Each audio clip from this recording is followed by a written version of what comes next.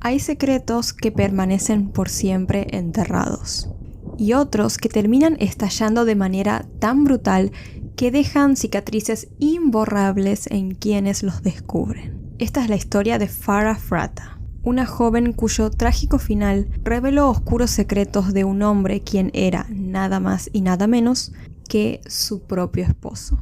Mi nombre es Desiree y antes de comenzar me gustaría comentarles que este contenido puede ser consumido si ustedes quieren en formato de podcast, por si quieren dejarlo de fondo mientras hacen algo o algo así.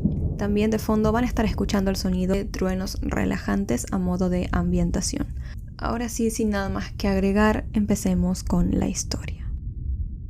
Era la noche del 9 de noviembre de 1994 en un tranquilo suburbio a las afueras de Houston, Texas. La vida en aquella comunidad seguía su ritmo habitual. Pero aquella noche todo cambió en tan solo segundos. Farah Fratta, de 33 años, regresaba a su casa después de un largo día. Mientras estacionaba su auto en el garage, sus vecinos Lauren y Darren Heyer se relajaban en su sala de estar, sin imaginar lo que estaban a punto de presenciar. A través de su ventana vieron a Farah Fratta bajarse del auto, pero el silencio de esa noche fue de la nada brutalmente interrumpido por el sonido de 2 disparos. Farah cayó al suelo de inmediato. Alarmados, los Heyer, que habían presenciado todo, corrieron hacia su teléfono para llamar al 911. Durante esa llamada, desde su ventana, Laura describió lo que estaba viendo en ese preciso momento. Un hombre con ropa oscura, claramente nervioso, se encontraba al lado de Farah sosteniendo un arma. Es un hombre con camiseta negra y pantalones negros. La señora, refiriéndose a Farah, ha recibido 2 disparos, informó Laura con voz temblorosa a través del teléfono. Minutos después llegaron las autoridades y los paramédicos. La escena era desgarradora. Farah yacía inmóvil en el suelo de su garage, rodeada por un charco de sangre. Mientras los paramédicos intentaban desesperadamente salvar su vida, sus vecinos, todavía conmocionados, contactaron a los padres de Farah y les contaron lo que acababa de suceder. Los padres vivían cerca, así que llegaron rápidamente al lugar, encontrando así a su hija en un estado extremadamente crítico. Un médico que estaba allí intentó tranquilizarlos un poco, diciéndole que Farah solo tenía una herida en la cabeza y que podría llegar a sobrevivir. Ese pequeño rayo de esperanza acompañó a los padres mientras seguían la ambulancia que llevaba a Farah hacia el Hermann Memorial Hospital. Las cámaras de diversos medios de comunicación no tardaron en llegar al lugar y empezar a documentar cada momento de aquel espantoso suceso. Cuando la ambulancia con Farah llegó al hospital, los doctores hicieron todo lo posible, pero las heridas de la mujer eran demasiado graves. Habían recibido 2 disparos en la cabeza. Lamentablemente, los médicos se dieron cuenta de que el daño sufrido era irreversible. Farah fue declarada muerta poco después. Para su familia, la noticia era imposible de asimilar. La pérdida de Farah fue devastadora. Mientras tanto, los detectives, liderados por el teniente Danny Billingsley, iniciaron su investigación en el garage de la casa de Farah. Revisaron cada rincón buscando pistas que pudieran explicar lo sucedido. No pasó mucho tiempo hasta que lograron recuperar un proyectil que se encontraba dentro de un chaleco salvavidas colgado en la pared. Este detalle le permitió a los investigadores teorizar que el agresor había disparado desde la puerta frontal de la casa de Farah. Por otro lado, no habían signos de entrada forzada en la casa, lo que descartaba al robo como motivo principal. Poco después de esto, Bob Fratta, el esposo de Farah, llegó a la casa. Lo primero que vio el hombre fueron cintas policiales que rodeaban todo el lugar. Bob se acercó de inmediato a las autoridades. Le dijo que había estado con sus hijos y que por favor le informaran qué era lo que estaba pasando. Porque claro, el hombre en ese momento no sabía nada de todo lo ocurrido. Un oficial allí le informó sobre la muerte de su esposa. Pero la reacción de Bob al escuchar esto dejó a todos sorprendidos. Él no mostró sorpresa o dolor, digamos, cualquier tipo de reacción que uno esperaría de parte de un marido al enterarse de la muerte de su esposa. Bob fue llevado a la estación de policía para declarar, y allí su actitud continuó siendo desconcertante. Siguió actuando de forma fría y distante ante lo que había pasado. Los detectives, al notar esto, comenzaron a pensar que algo extraño estaba sucediendo. ¿Qué estuviste haciendo en el momento de los hechos?, le preguntaron a Bob. Él contestó que aquella noche, mientras pasaba todo, había estado en la iglesia con sus hijos para la clase de catecismo de su hijo mayor. Y aunque su coartada parecía sólida, los detectives no podían dejar de sentir que algo no encajaba. Durante el interrogatorio, Bob parecía intentar como evitar ciertas preguntas, y su lenguaje corporal transmitía una sensación de estar ocultando algo. A pesar de ello, Bob firmó un formulario para permitir que revisaran su auto. Así que los investigadores fueron hasta el vehículo, lo chequearon y allí descubrieron algo que no pudieron ignorar. En la guantera del auto, la policía descubrió un sobre con $1,000 en efectivo. Bob explicó que ese dinero era para pagar una nueva alfombra, pero el teniente no estaba muy convencido. Para él, ese dinero podría llegar a ser quizás una pieza clave en el rompecabezas del caso. Podría ser quizás, pensaba el teniente, el pago por un trabajo sucio, de un posible asesinato encargado. Por más de que los detectives y expertos tenían esta sensación de que Bob estaba involucrado en la muerte de su esposa, en ese momento no tenían las suficientes pruebas como para arrestarlo. Por ende, le permitieron a Bob que se fuera hacia su casa como si nada. Una multitud de reporteros rodeó a Bob cuando salió de la estación de policía después de declarar. Cuando estos periodistas lo entrevistaron, en lugar de mostrar tristeza o dolor, Bob parecía estar como muy interesado en lucir frente a las cámaras. Este comportamiento desconcertó totalmente a los periodistas y más aún a los investigadores. Uno de ellos no dudó en decirle a la prensa que creía que Bob estaba ocultando algo. Mientras tanto, la investigación avanzaba. La policía comenzó a interrogar a personas que conocían a Bob, y lo que descubrieron fue bastante perturbador. Varias personas confirmaron que Bob había preguntado días anteriores a alguno de sus conocidos si estarían dispuestos a matar a su esposa. Muchas de esas personas eran miembros del mismo gimnasio donde Bob solía hacer ejercicio. Al principio, varios pensaron que la petición de Bob era simplemente una broma. Creo que sería lo que todos querríamos pensar ante una situación así. Pero ya con el diario del lunes, digamos, es decir, ya sabiendo que su esposa había sido asesinada, todas esas personas se dieron cuenta de que muy probablemente Bob desde siempre había hablado muy en serio. Bob Fratta, un hombre carismático de Nueva York, y Farah, una joven inglesa con una personalidad dulce y reservada, se conocieron en Texas.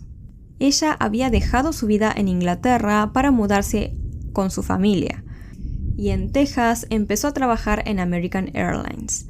Fue justamente allí donde conoció a Bob.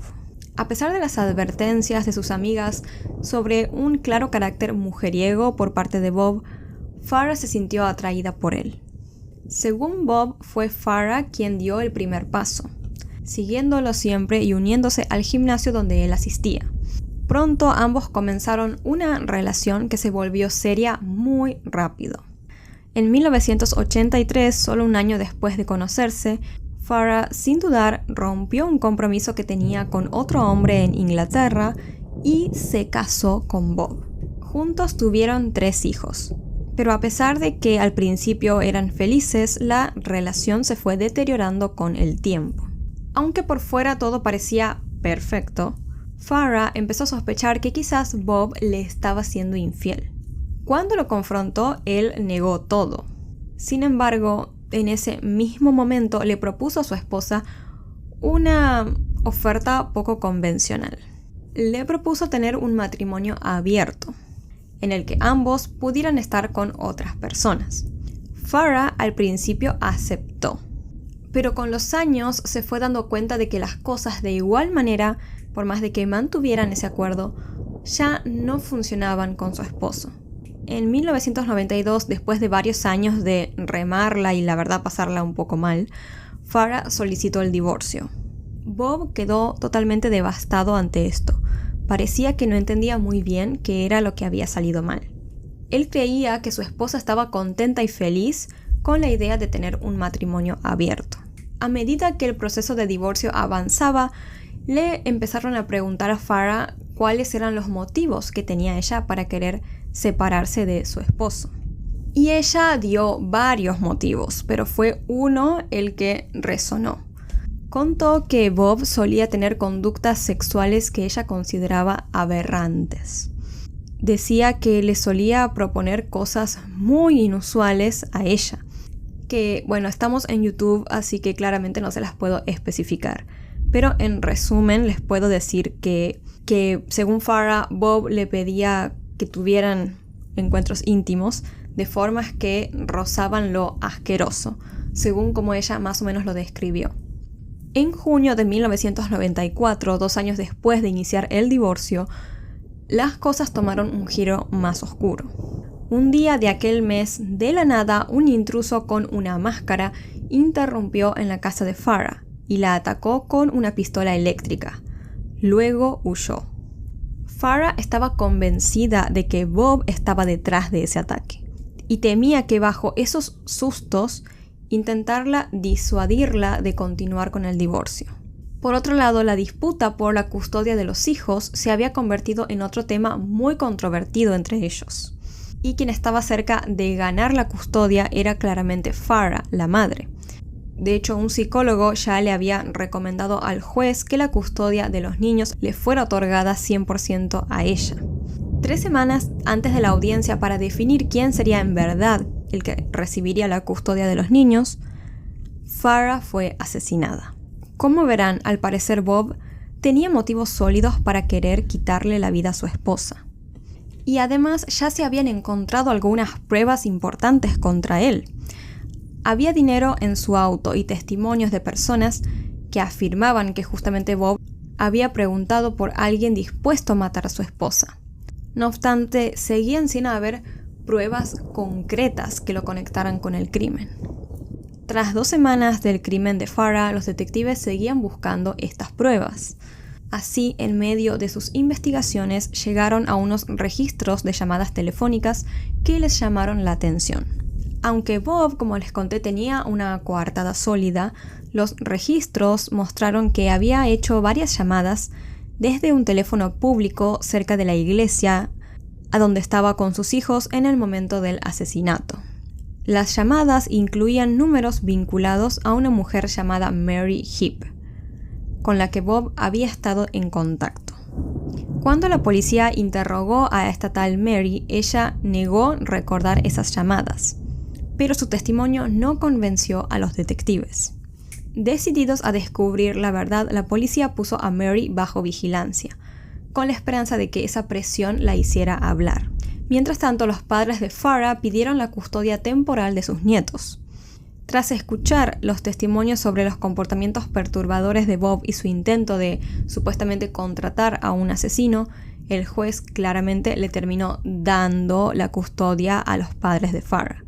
Y aunque esta decisión les brindó un cierto alivio, la tristeza por la muerte de su hija claramente seguía siendo palpable.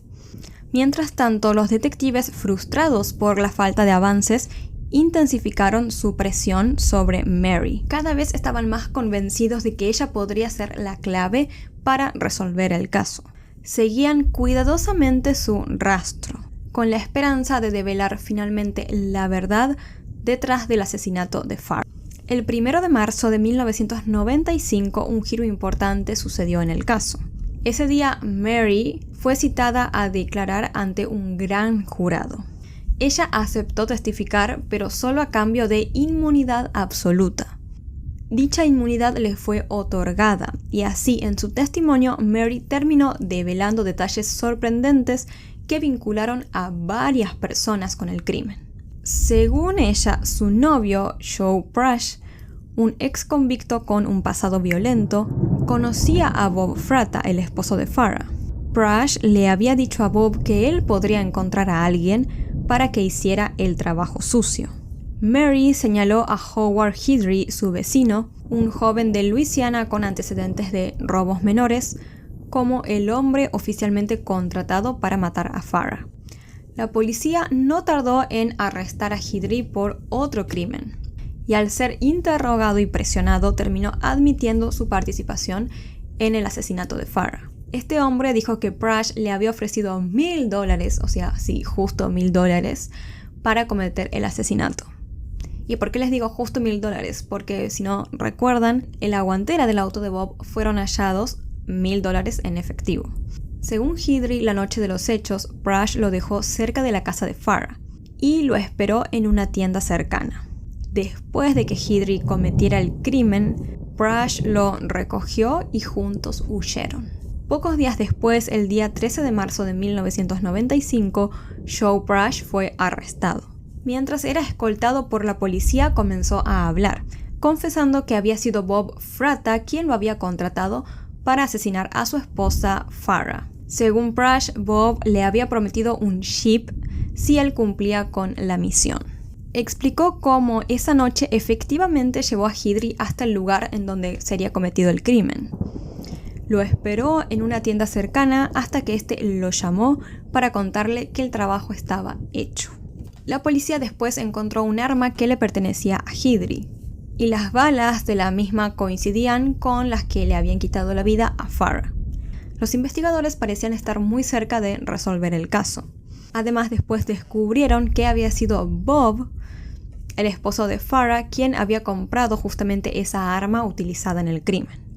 Finalmente, el día 21 de abril de 1995, Bob Farrah fue arrestado oficialmente y acusado de contratar a sicarios para matar a su esposa. El juicio de Bob Fratta comenzó en abril de 1996 en Houston, Texas. Él se presentó al mismo con confianza, como muy seguro de que iba a poder probar su inocencia. Pero las pruebas en su contra eran en verdad abrumadoras. La fiscal Kelly Ziegler, quien lideraba el caso, había recolectado suficientes evidencias para demostrar que Bob había orquestado el asesinato de Farrah. Ella decidió ofrecerle un trato a Joe Prash, prometiéndole 40 años de prisión a cambio de su testimonio en contra de Bob. Sin embargo, Prash rechazó esta oferta, insistiendo en que prefería enfrentarse a la pena máxima. Tanto Prash como Hidry se declararon no culpables, lo que dejó a la fiscalía con la tarea de tener que construir todo el caso sin sus confesiones. Los fiscales entonces le comentaron al jurado que Bob seguramente se había sentido muy humillado cuando su esposa reveló sus detalles sobre sus gustos y preferencias sexuales durante el divorcio, y que eso lo había impulsado a tomar la decisión de contratar a un asesino. Para justificar esto durante el juicio, algunos testigos, como por ejemplo los abogados de Farrah, hablaron sobre las acusaciones que ella había hecho por el comportamiento sexual extraño que tenía Bob. La defensa claramente intentó restarle importancia a estos testimonios, argumentando que durante los divorcios a menudo surgen acusaciones infundadas. Sin embargo, al jurado le terminó convenciendo un poco más lo que planteaba la fiscalía, sumado a que ya tenían una serie de pruebas en contra de Bob. Toda la historia de Bob Fratta, que alguna vez había estado rodeada de misterios y dudas, ahora parecía enfrentarse a la verdad. Las pruebas, las confesiones y la historia detrás del crimen los señalaban como el principal responsable del asesinato de su esposa Farrah. Una de las piezas más impactantes en el juicio fue el testimonio del hijo de Bob, Bradley, quien tenía tan solo 9 añitos en ese momento. Bradley se vio obligado a subir al estrado y contar lo que había visto, porque recordemos que él había estado con Bob la noche de los hechos. Nervioso y temeroso por las consecuencias, el pequeño dejó en claro que, aunque tenía miedo, iba a decir toda la verdad. El niño recordaba perfectamente cómo su padre había hecho varias llamadas la noche de los hechos, contactando a los hombres involucrados en el crimen, Joe Price y Howard Headley. Mientras el niño decía todo eso, la tensión en la sala de tribunal era palpable. El siguiente testigo en ser llamado fue el teniente Billingsley, quien compartió una de las confesiones más importantes de todo el caso. Joe Price, quien, como ya sabemos, había sido el posible autor material del crimen, había hablado con él en un estacionamiento, revelando detalles que confirmaban la conexión de Bob Fratta con el crimen. La defensa intentó bloquear este testimonio, argumentando que el mismo violaba el derecho a confrontar a los acusadores, pero el juez decidió que las declaraciones eran admisibles.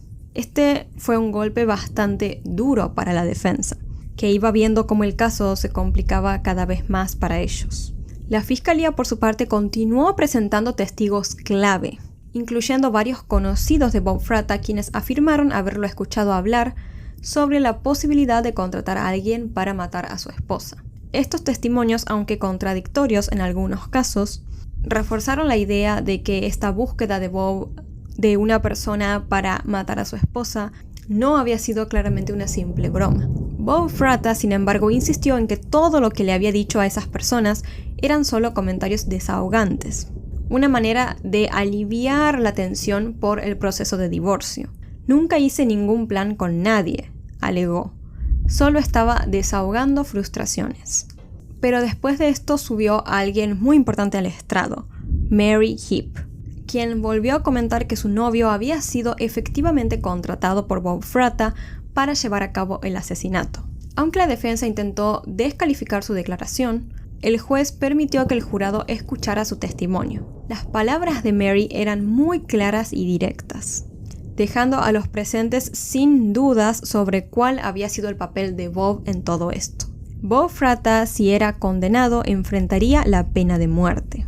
Él decidió seguir el consejo de sus abogados y no testificar más, confiado en que la falta de pruebas contundentes lo liberarían. La defensa trató de pintar a Bob como un hombre normal, sin problemas psicológicos o desviaciones sexuales. Sin embargo, después la fiscalía presentó pruebas que mostraban un perfil completamente diferente de él. Lo presentaban como un hombre psicopático y narcisista con tendencias peligrosas. Así que, ante esto, para reforzar su argumento a favor de Bob, la defensa presentó a 2 mujeres con las que él había estado después de su divorcio. Estas mujeres testificaron que nunca habían visto comportamientos extraños en Bob. Pero a pesar de estos intentos por suavizar su imagen, las pruebas seguían acumulándose en su contra. Cada testimonio, cada evidencia acercaba más a Bob Fratta a la peor pena de todas. Otra de las pruebas claves en el caso fue el hallazgo de los $1,000 en efectivo dentro de la guantera del auto de Bob. La defensa intentó explicar esto como una simple coincidencia, afirmando que Bob había estado esperando la instalación de alfombras en su casa y que ese dinero estaba destinado a cubrir ese gasto. Algunos testigos confirmaron esta versión, pero para muchos, digamos que la mayoría, la misma seguía sin ser cierta. Después de todo esto, llegó el turno del jurado de deliberar. Lo hicieron durante al menos 1 hora antes de emitir su veredicto.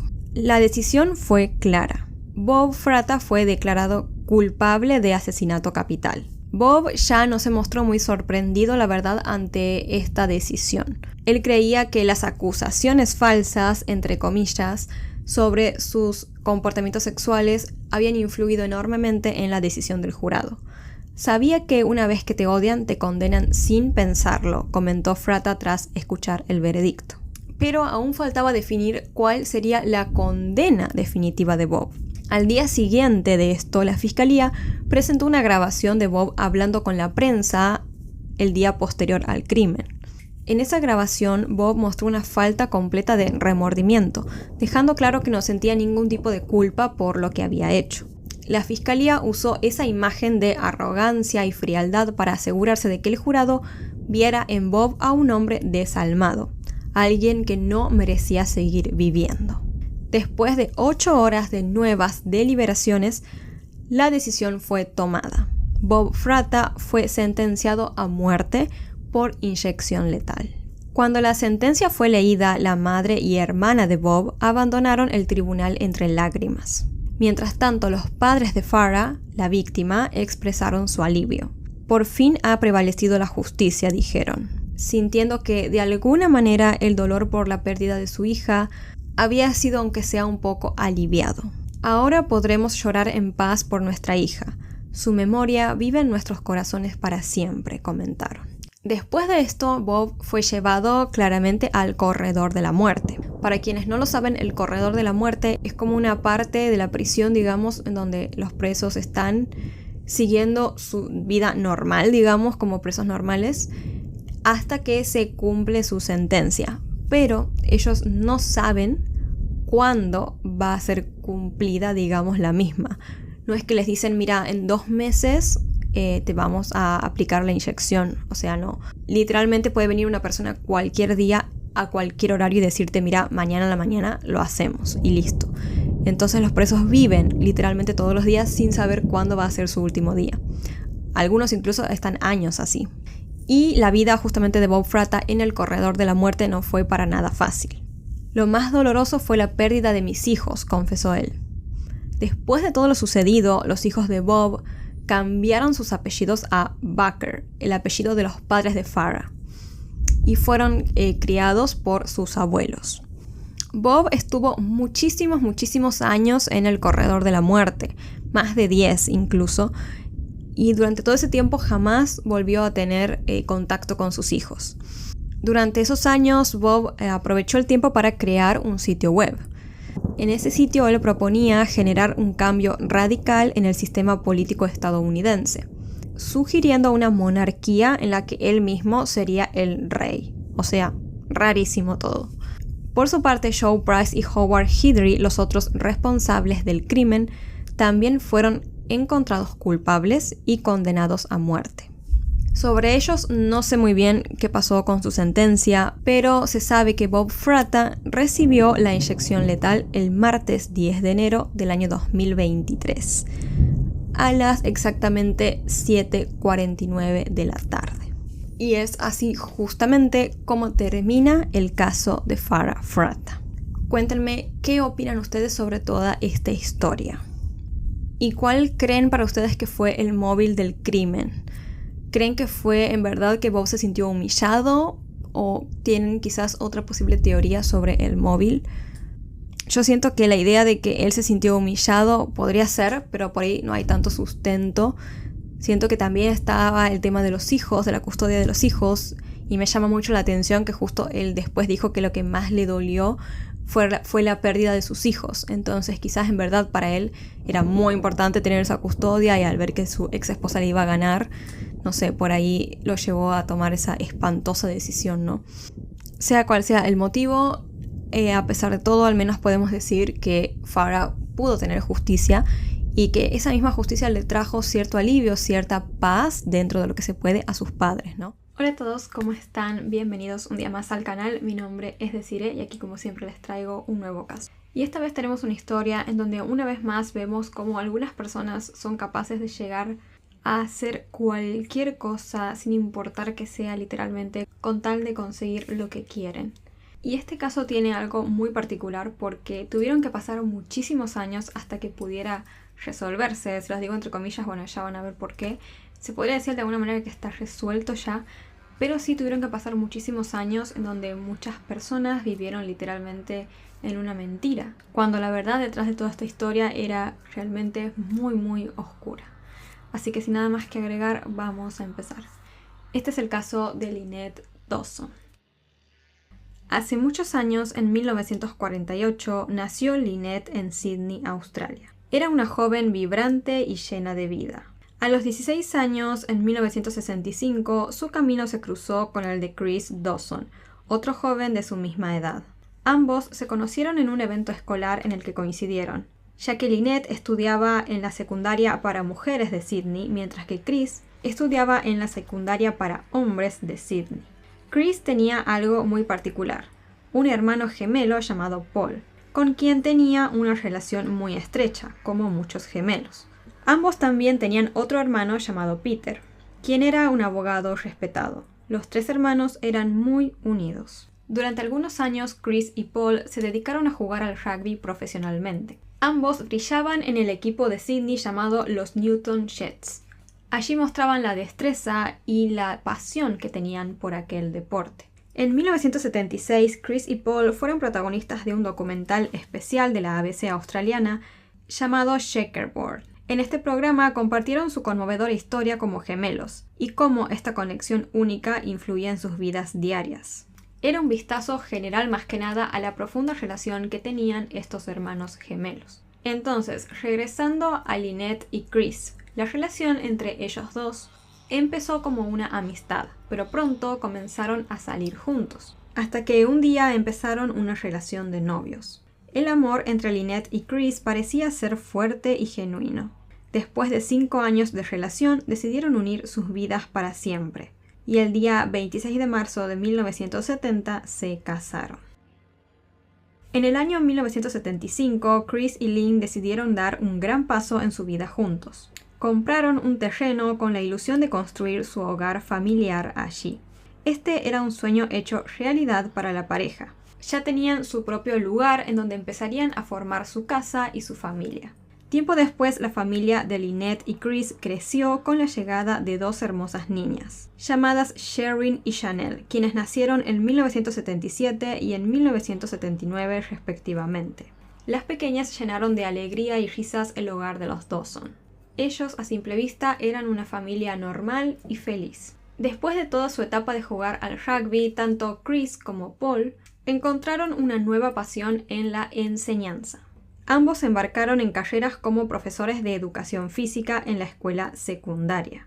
Los dos empezaron a ser conocidos por las habilidades que tenían y la dedicación que le ponían a preparar a sus estudiantes, especialmente a mujeres jóvenes. En el año 1981, Chris le presentó a Lynn a una joven llamada Joanne de 16 años, quien era una de sus estudiantes, para que sea la niñera de sus hijas. Después de verla y evaluarla, Lynn decidió contratar a Joanne para el puesto de niñera.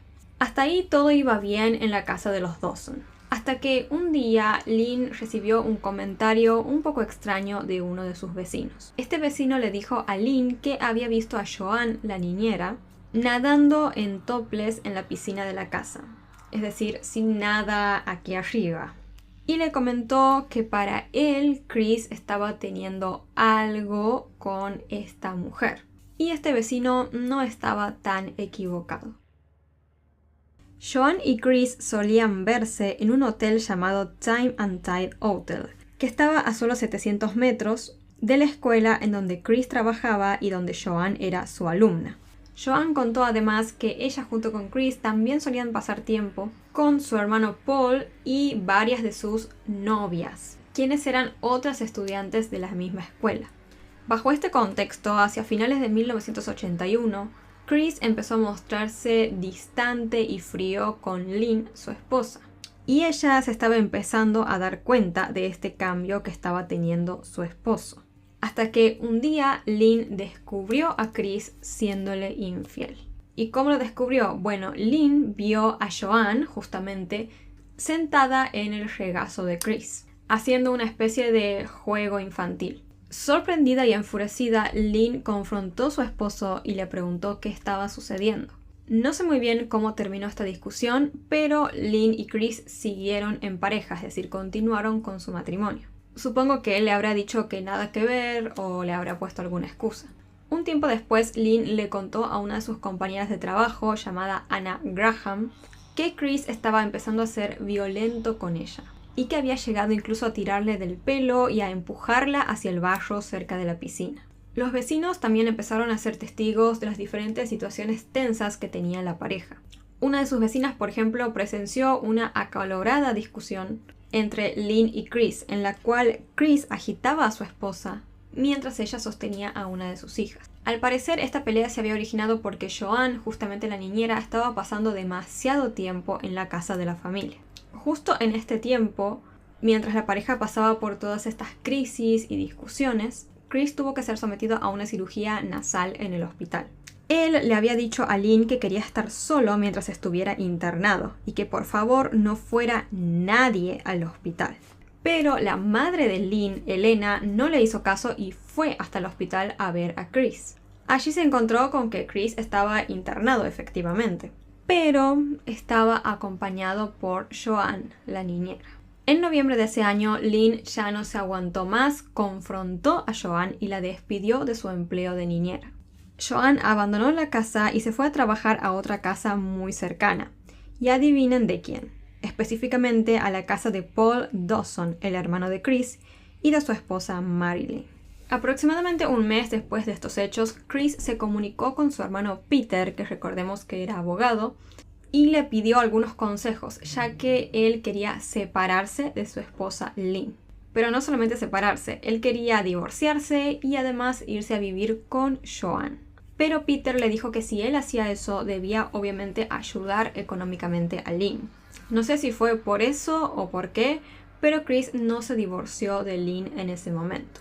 Unos días después, el día 24 de diciembre, Lynn estaba esperando a que Chris la recogiera del trabajo, pero él no se presentó.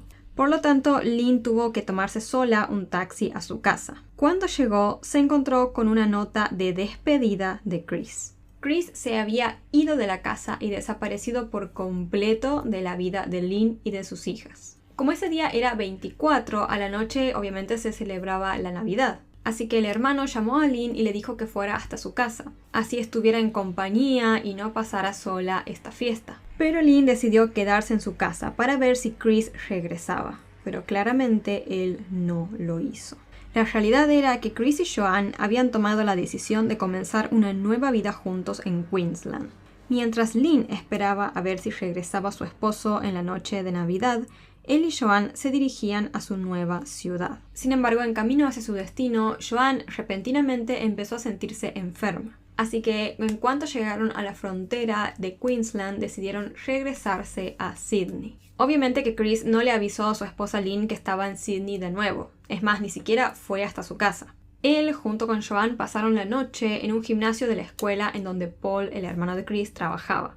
2 días después, recién Chris llevó a Joanne hasta la casa de su madre y regresó a su casa con Lynn. El día 31 de diciembre, Chris le dijo a Lynn que tenía planes de asistir solo a una fiesta en un yate en Pittwater para Año Nuevo. Lynn le propuso acompañarlo junto a sus 2 hijas, pero Chris rechazó esta propuesta, claramente porque la supuesta fiesta en ese yate no existía, ya que Chris pasó esa noche junto con Joanne. A principios de enero del año siguiente, finalmente Chris y Lynn tomaron la decisión de iniciar el proceso de divorcio. Según los padres de Lynn, para ese momento ella estaba llena, pero llena de moretones en todo su cuerpo. El día 8 de enero de 1982, Lynn conversó con su madre y acordaron encontrarse al día siguiente en Northbridge Baths para hablar sobre cómo iba el proceso de divorcio. Lynn de todos modos le adelantó a su madre en esta conversación que las cosas estaban avanzando bastante bien. Al día siguiente, el día 9 de enero, la madre de Lynn llegó al lugar acordado para el encuentro y esperó. Pero no vio señales de su hija por ningún lado. Intentó comunicarse con ella, pero no lo logró. Chris justo ese día también tenía planeado ir al mismo lugar. En cuanto se encontraron Elena, la madre de Lynn, con Chris, Elena le preguntó si sabía algo de Lynn, su esposa. Aquel día, según el relato de Chris, Lynn se levantó temprano para atender las labores del hogar. Y luego él la llevó a una parada de autobús para que pudiera ir de compras. Según Chris, después ya no vio más a Lynn, porque más tarde ese día él justamente se dirigió a Northbridge Baths, justamente al mismo lugar en donde Lynn tenía planeado encontrarse con su madre, pero como ya sabemos, ella nunca apareció. Nadie sabía nada de Lynn ni tampoco podían comunicarse con ella. Al parecer estaba oficialmente desaparecida. Mientras tanto, por su parte, Joanne, la niñera de la casa, quien también era amante de Chris, como sabemos, estaba disfrutando de unas vacaciones en South West Rocks, ubicado a unas 5 horas de Sydney. Ella había tomado la decisión de irse a este lugar justamente para distanciarse de Chris por un tiempo, aunque él la llamaba todos los días. El 10 de enero, apenas días después de la desaparición de Lynn, Chris se embarcó en un largo viaje de 5 horas para llegar a South West Rocks, en donde se encontraba Joanne. Según ella, Chris llegó a este lugar visiblemente nervioso y agitado, dato que más adelante será importante. Posteriormente, Chris básicamente agarró a Joanne y se la llevó de regreso a Sydney. Pero no a cualquier lugar, se la llevó de regreso a su casa, a la misma residencia que tan solo unos días antes estaba compartiendo con su esposa que se encontraba desaparecida. Chris le aseguró a Joanne que ella podía mudarse con él a esa casa sin problemas, porque él estaba seguro de que Lynn no regresaría. Y además, con esta situación, él necesitaba ayuda con las niñas. Pero ¿por qué Chris estaba tan seguro de que Lynn no regresaría? Según él, Lynn lo había llamado unos días antes y le había dicho que tenía la necesidad de estar un buen tiempo ausente para resolver algunas cosas. De esta manera, Joanne aceptó y se mudó a la casa para vivir con Chris. Tras varios días transcurridos el día 18 de febrero, después de 6 semanas de la ausencia de Lynn, Chris finalmente tomó la decisión de reportar su desaparición ante las autoridades. Chris, cuando reportó la desaparición de Lynn a la policía, dijo que él creía que ella se había marchado debido a las frecuentes discusiones que habían estado teniendo durante el último tiempo. Recordó que la última vez que la vio fue cuando la dejó en aquella parada de autobús, y que ella jamás regresó ni se encontró con su madre como habían acordado.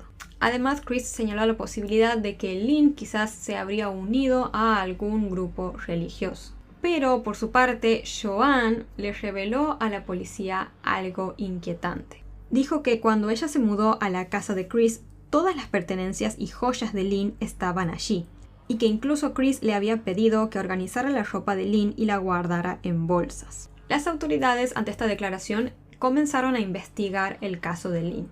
Sin embargo, pasaron los meses y no había ningún tipo de noticias de Lynn ni tampoco avances en la investigación. Chris entonces decidió hacer algo por su propia cuenta. Publicó un anuncio en el periódico dirigido a Lynn, expresando su amor por ella y diciendo que anhelaba su regreso y que todos la extrañaban mucho. El mensaje específicamente decía: Lynn, te amo, todos te extrañamos. Por favor, llama, te queremos ver de vuelta en casa. Lo dice justamente el hombre que estaba viviendo con su amante en la casa que compartía con su esposa. Pero bueno, a pesar de los esfuerzos y el paso del tiempo, no había ningún tipo de señal de Lynn. En agosto de 1982, Chris solicitó una orden judicial para disolver su matrimonio con Lynn, alegando abandono por parte de ella. En los documentos legales, él afirmaba ser un esposo abandonado, que había buscado incansablemente a su esposa desaparecida. La orden judicial le fue concedida en octubre de 1982. De esta manera se le otorgó a Chris todos los activos, incluida la casa del matrimonio, así como también la custodia de sus 2 hijas. Mientras Lynn seguía sin aparecer, la relación entre Chris y Joanne se fortalecía cada vez más. En 1984, tras numerosas propuestas de matrimonio, Joanne finalmente aceptó casarse con Chris. Durante el casamiento, Joanne usó el anillo que alguna vez le había pertenecido a Lynn, el cual había sido modificado para adaptarse a ella. En los meses siguientes, ambos, Chris y Joanne, tuvieron una hija, a la cual le pusieron de nombre Kristen. Un día, dentro de toda esta nueva vida cotidiana que tenía Joanne, ella empezó a reflexionar y a analizar qué era lo que estaba haciendo realmente con su vida. Ella pensaba cosas como, por ejemplo, tengo apenas 18 años, porque recordemos que cuando Joanne conoció a Chris, ella tenía 16 años. Para este momento ella tenía tan solo 18 años. Entonces ella pensaba mucho eso, pensaba, tengo solamente 18 años, estoy casada, tengo una hija, tengo que hacerme cargo además de otras 2 niñas, que eran las hijas de Lynn con Chris, llevar una casa y demás, y no sé si quiero realmente esto, pensaba ella. O sea, tengo más ganas de hacer lo que todas las chicas de 18 años hacen y no llevar esta vida. Y por si todo esto no fuera poco para Joanne, después de que Kristen nació, ella empezó a ser sometida a violencia doméstica diaria por parte de Chris. Al parecer a Joanne le resultó un poco difícil conectar con las 2 hijas que ya tenía Chris de su matrimonio con Lynn, y eso a él lo enfurecía. según lo que decía Chris como justificación para su violencia, pero recordemos que la violencia nunca tiene justificación. Eso como paréntesis. Incluso en una ocasión del miedo que Joan le tenía a Chris, ella se encerró en una habitación y Chris golpeaba y golpeaba la puerta buscando romperla para abrirla. Bajo este terrible contexto, en diciembre de 1984, Chris y Joan construyeron una casa en la calle al lado de donde vivían Paul, el hermano de Chris, y Marilyn, la esposa de él, en Queensland. La nueva casa era bastante linda y grande, así que en cuanto estuvo lista, Chris y Joan se mudaron allí y abandonaron la antigua casa, que en algún momento había sido el hogar también de Lynn. Y quizás para este momento se estén preguntando ¿en qué quedó el caso de la desaparición de Lynn?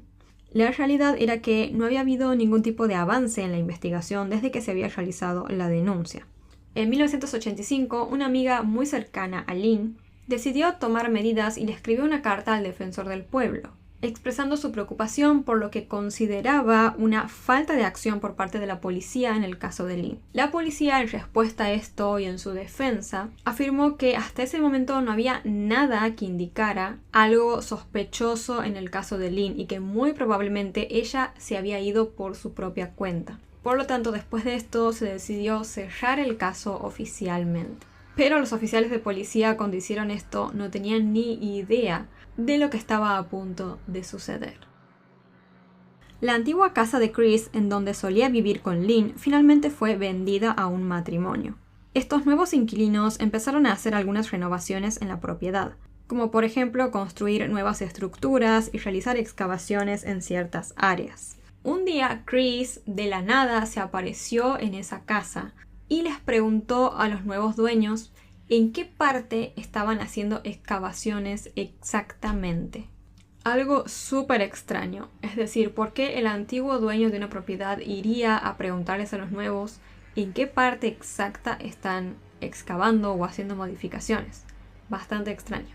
Sin embargo, esa conversación no pareció llevar a nada en ese momento.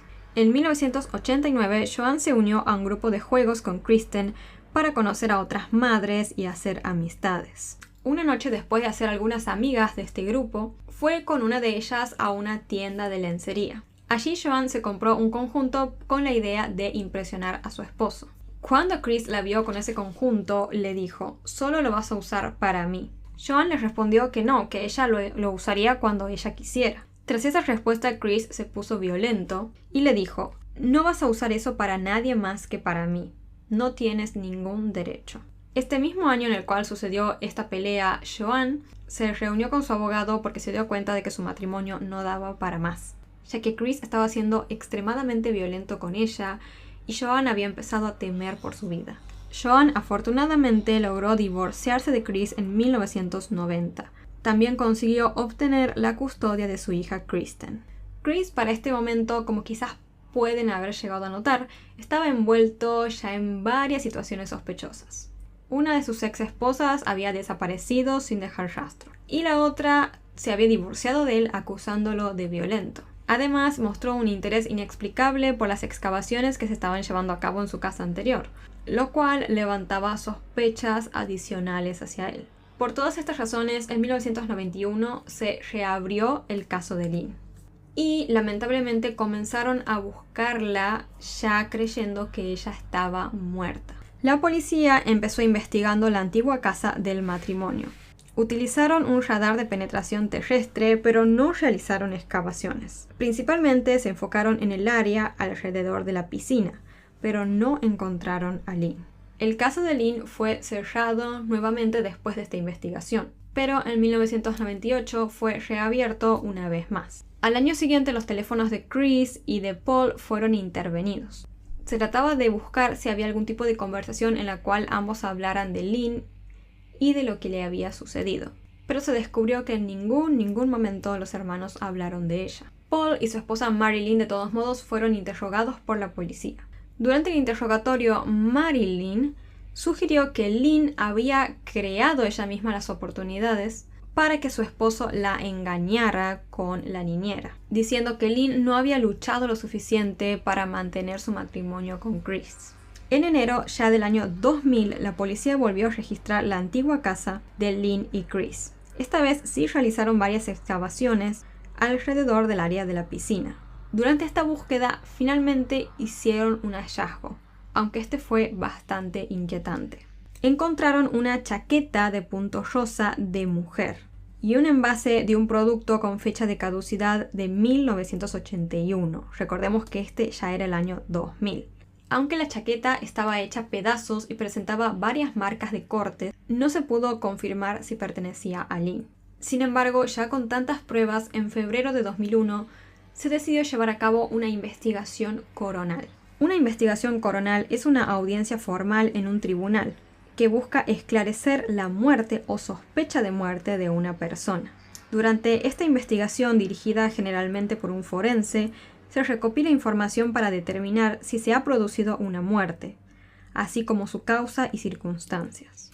Al concluir esta investigación, el forense afirmó que Lynn había sido asesinada por alguien que ella conocía y recomendó presentar cargos. Sin embargo, en ese momento el director del Ministerio Público se negó a presentar dichos cargos. En el año 2003 se llevó a cabo una segunda investigación, en la que se recomendó que se acusara a Chris por la muerte de su esposa.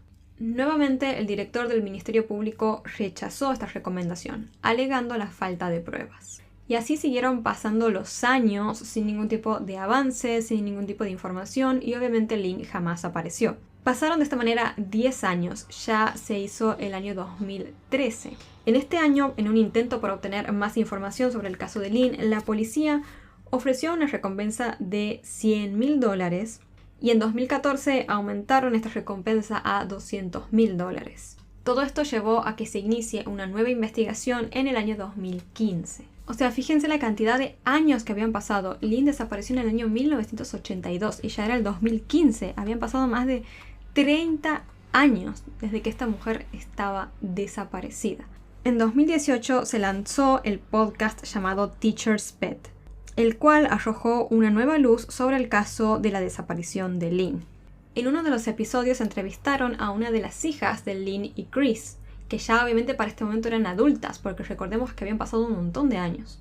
Ella en este podcast compartió sus sentimientos, revelando que después de la desaparición de su madre, no se habló mucho de ella en la familia. Esta falta de diálogo creó un silencio bastante incómodo para todos los miembros de la familia, que persistió durante años.